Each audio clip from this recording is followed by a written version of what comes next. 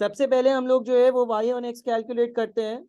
ये सारा जो डेटा हमने यहाँ पर लिख लिया और फॉर्मूले लिख लिए हैं, उसके लिए हमें बी चाहिए। बी होगा n टाइम्स, n होगा 3, तीन चीजें हैं, है ना, 1 2 3, n times summation of x y यानी कि 410 माइनस समीशन ऑफ एक्स यानी कि 19 इंटू समीशन ऑफ वाई यानी कि 60 divided by 3 into summation of x square यानी कि 125 माइनस समीशन ऑफ एक्स का होल स्क्वायर। बताओ आंसर क्या आता है? 6.42। 6.42 आप लोग समझते जाओ, फिर ये पिक्चर ले लेना और क्या। सही है, फजूल में इतनी बार पहले भी किया हुआ है, क्यों कर रहे हो।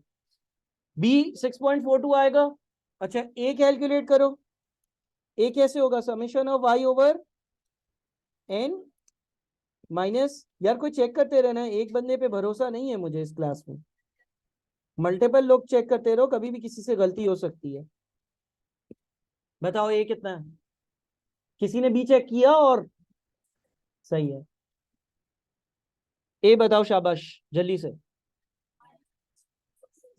-20.66, -20.66, पक्का? पक्का पक्का। अच्छा सही है। तो ये क्या बन गया? y is equals to a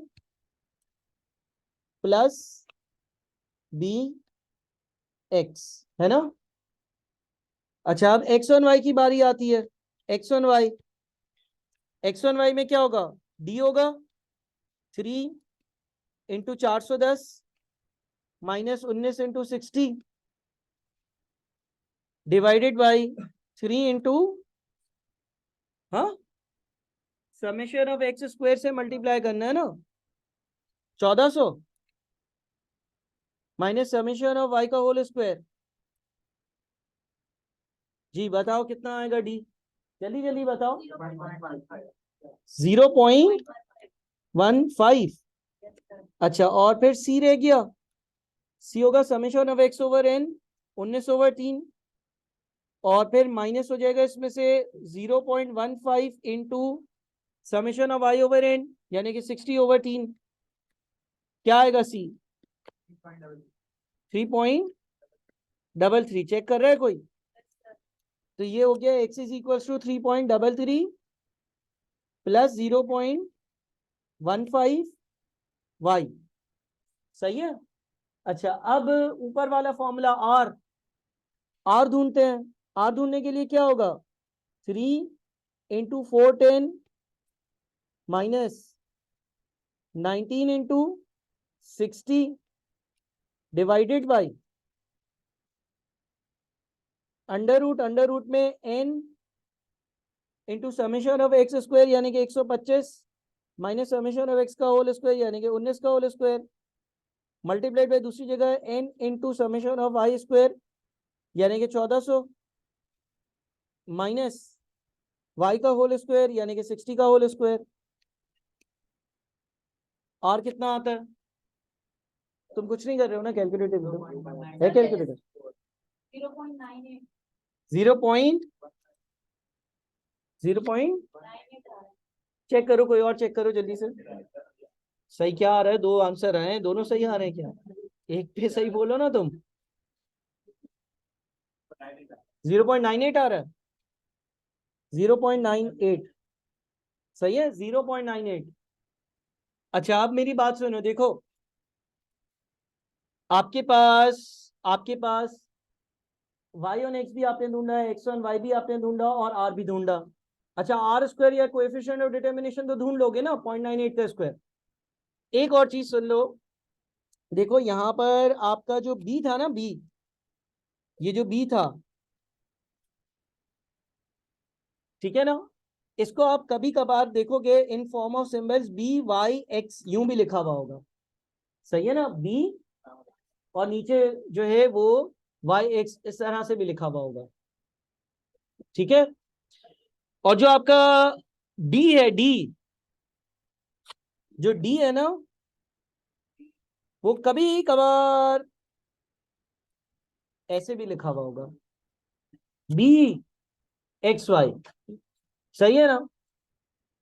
और आपका जो आर है, आर क्या होता है? Coefficient of correlation. वो ऐसे भी कैलकुलेट हो सकता है, R is equals to under root of B into D.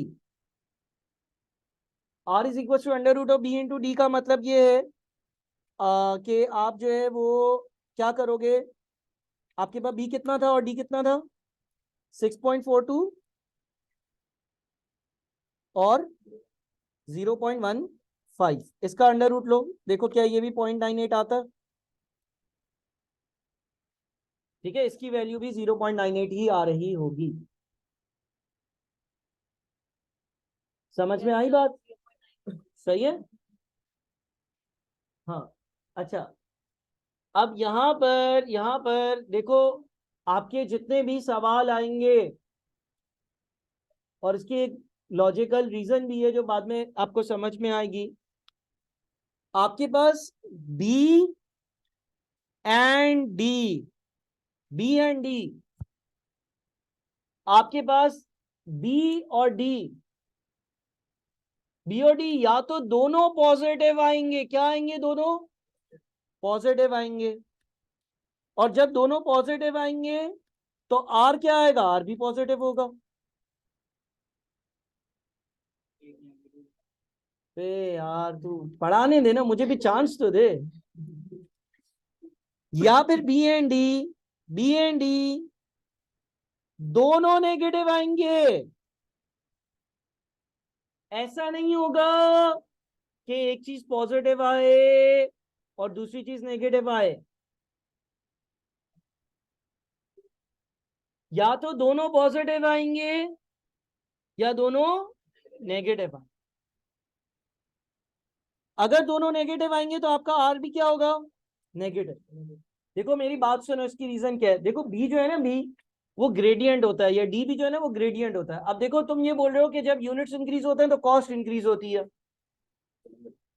Units increase होंगे तो कॉस्ट इंक्रीज होगी, तो फिर कॉस्ट इंक्रीज होगी तो यूनिट्स को क्या होगा? वो भी इंक्रीज ही होंगे। तुम यूं तो नहीं बोल सकते हो ना कि जब मैं यूनिट्स की प्रोडक्शन इंक्रीज करता हूं तो कॉस्ट इंक्रीज होती है, लेकिन जब कॉस्ट इंक्रीज होती है तो यूनिट डिक्रीज होता है। ऐसा थोड़ी हो सकता है। आप अगर यूं सोचो कि भाई आपने टोटल कॉस्ट और यूनिट्स का ग्राफ बनाया हुआ है, आपने टोटल कॉस्ट और यूनिट्स का ग्राफ बनाया हुआ है, यहाँ पर यूनिट्स और कॉस्ट है, और ये अगर अपवर्ड स्लोपिंग ग्राफ है, तो इसका मतलब यह है ना कि जब एक्स वाली चीज, एक्स एक्सेस वाली चीज इंक्रीज होती है तो वाई वाली को क्या हो रहा है? इंक्रीज हो रही है। और जब वाई वाली इंक्रीज हो रही है तो एक्स वाली को क्या हो रहा है? इंक्रीज हो रही है। क्या ऐसा कोई ग्राफ बन सकता है कि मैं बोलूं ऐसा ग्राफ बनाओ जिसमें एक्स इंक्रीज हो तो वाई इंक्रीज हो, लेकिन वाई इंक्रीज हो तो एक्स डिक्रीज हो? ऐसे तो हो ही नहीं सकता। ठीक है, या तो बी एंड डी दोनों पॉजिटिव होंगे, या तो बी और डी दोनों पॉजिटिव होंगे, या फिर दोनों नेगेटिव होंगे। यानी कि वो वैल्यू ऑफ कार और एज ऑफ कार वाली एग्जांपल, अगर एक्स एक्सेस वाली चीज इंक्रीज होगी तो वाई एक्सेस वाली चीज डिक्रीज होगी, अगर वाई एक्सेस वाली चीज डिक्रीज होगी तो एक्स एक्सेस वाली चीज इंक्रीज होगी। या तो दोनों इनवर्स रिलेशन रखेंगे, या तो दोनों जो है वो डायरेक्टली प्रोपोर्शनल रिलेशन रखेंगे। ठीक है, तो या तो बी डी दोनों पॉजिटिव होंगे या तो बी डी दोनों नेगेटिव होंगे। एक बात ये हो गई। दूसरी बात ये है कि जो साइन होगा ना, आर के लिए जो साइन आप यूज करोगे वो आप बाद में पुट इन करना। इसका क्या मतलब है सर? देखो फॉर एग्जाम्पल आपके पास ऊपर वाली एग्जाम्पल में बी आ रहा था 6.42 और डी कितना आ रहा था? 0.15। तो आर कितना आया? 0.98। ये तो अभी हमने ऊपर एग्जाम्पल करी ना। लेकिन अगर आपका बी आ रहा हो -6.42 और डी आ रहा हो नेगेटिव का 0.15, अब आर कितना होगा? अब आर होगा माइनस का 0.98। लेकिन सर अब हम जब मल्टीप्लाई करते हैं तो माइनस इंटू माइनस प्लस हो जाता है, इसीलिए मैंने बोला साइन बाद में डाल। सही है। जब तुम फॉर्मूले के हिसाब से R under root B into D करोगे तो -0.642 इंटू माइनस का 0.15 मल्टीप्लाई होकर प्लस हो जाएगा सर। इसीलिए मैंने बोला कि आर का साइन सॉल्व करने के बाद डालना। अगर तुम देखो बी और डी दोनों नेगेटिव हैं तो आर नेगेटिव, अगर बी और डी दोनों पॉजिटिव है तो आर पॉजिटिव। सर मैं फॉर्मूले में डाल रहा हूँ, पॉजिटिव आंसर आ रहा है, हाँ मैं भी एग्री करता हूँ, आ रहा है, बाद में डालना है साइन। फिर भी तुम में से कोई एक आएगा कुछ दिनों बाद पूछना, सही है, लेकिन तुम्हें साइन बाद में डालनी, सही है। अब जो हम क्वेश्चन और करते हैं, 10.46 पर आओ। 10.46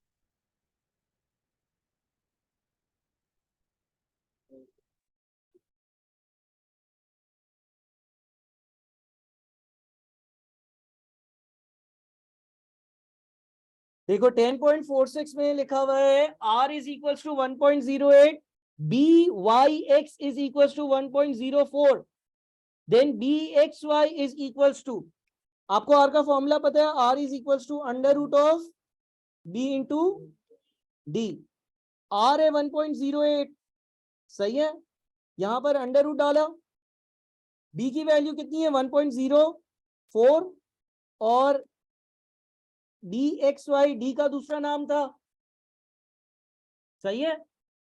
अब ये अंडर रूट लेफ्ट साइड पर जाएगा, स्क्वायर हो जाएगा, 1.08 का स्क्वायर करो, 1.08 का स्क्वायर कितना होता है, और उसको 1.04 से डिवाइड कर दो, 1.04 उल्टे आता जाएगा, डिवाइड होगा ना,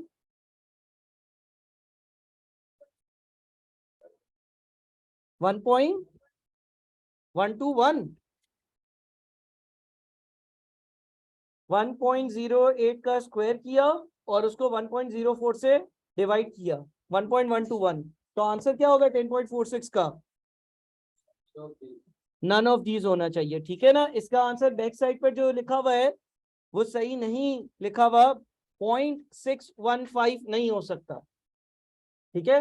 हाँ बोलो, बी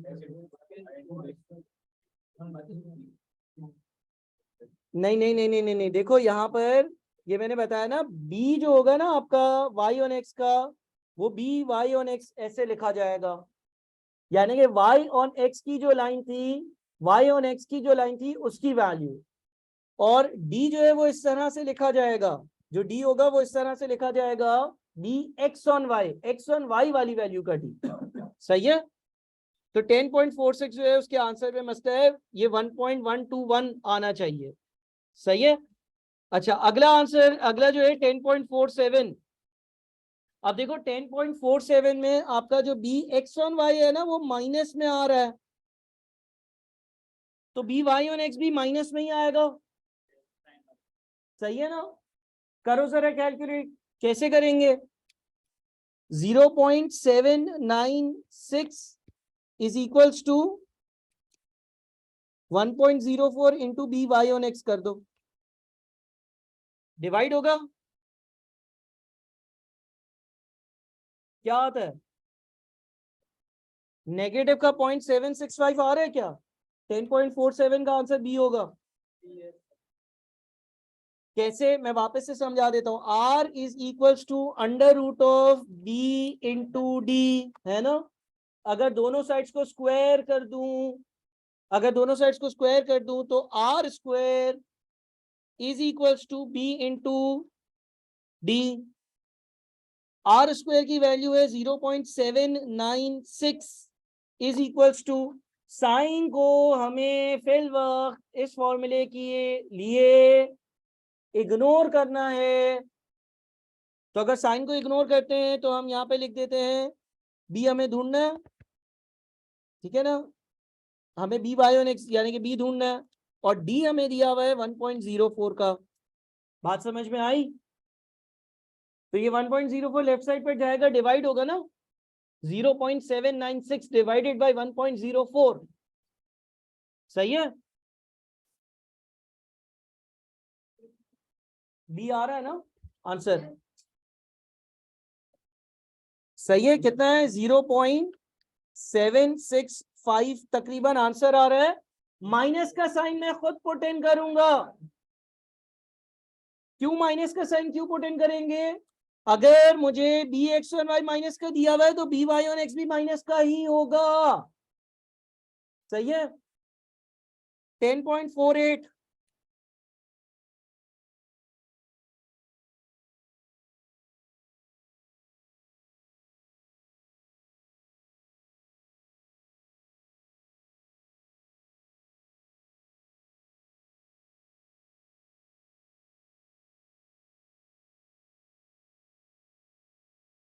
10.48 10.48 में लिखा हुआ है for the following pair of values compute correlation coefficient, और आपको 4 वैल्यूज देनी है। यानी कि आप एक काम करो, यहाँ पे लिखो x, यहाँ पे लिखो y। x की वैल्यूज कितनी है 1 4 8 10, y की वैल्यूज कितनी है 3 8 17 और 18। x का स्क्वायर 1 16 64 और 100, y का स्क्वायर 9 64 17 का स्क्वायर कितना होता है 289, और उसके बाद फिर 18 का स्क्वायर 324, और x इंटू वाई, बातें ना करो यार, x इंटू वाई 3, फिर 32, फिर 136, उसके बाद 180। अच्छा, x की वैल्यूज का सम 1 1 4 8 10, सम कितना होता है 23। y का 3 8 17 18, सम कितना होता है 46। फिर 1 16 64 और 100 181 है ना। फिर 9 64 289 और 324 कितना होता है 686। फिर 332 136 और 180 कितना होता है 351। अब आप क्या करोगे, आर का क्या फॉर्मूला है n times summation of x Y minus summation of x into summation of Y divided by under root n times summation of x square minus summation of x का whole square multiplied by n times summation of Y square minus summation of Y का whole square.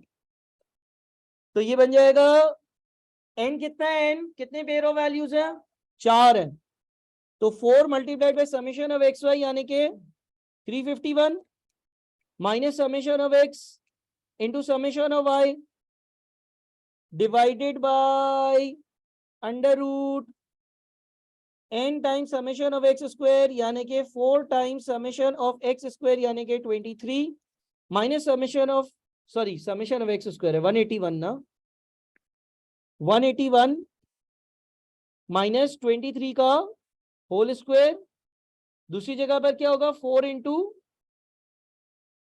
686 minus 46 का whole square. बताओ भाई are कितना आएगा जल्दी से 0.98 आ रहा है, ए है आंसर, चेक करना बैक साइड से, सही है।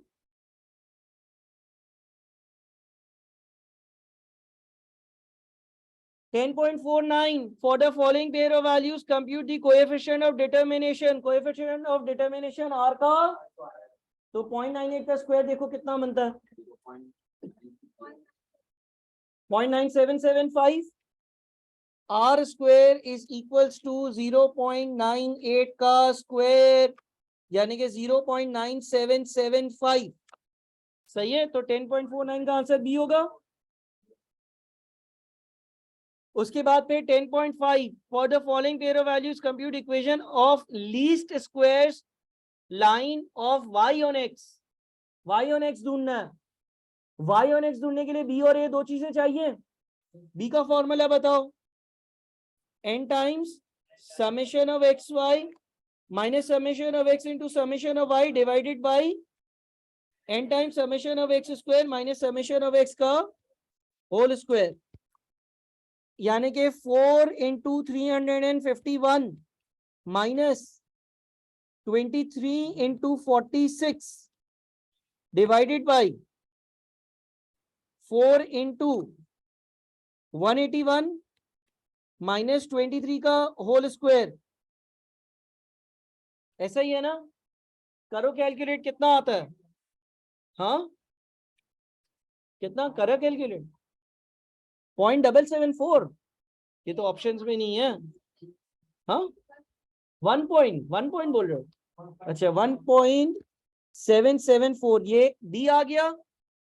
ए कैसे ढूंढते हैं? A is equals to summation of y over n minus B times summation of x over n, तो वो बन जाएगा हमारा 46/4 माइनस 1.774 इंटू 23/4, कितना बनता है?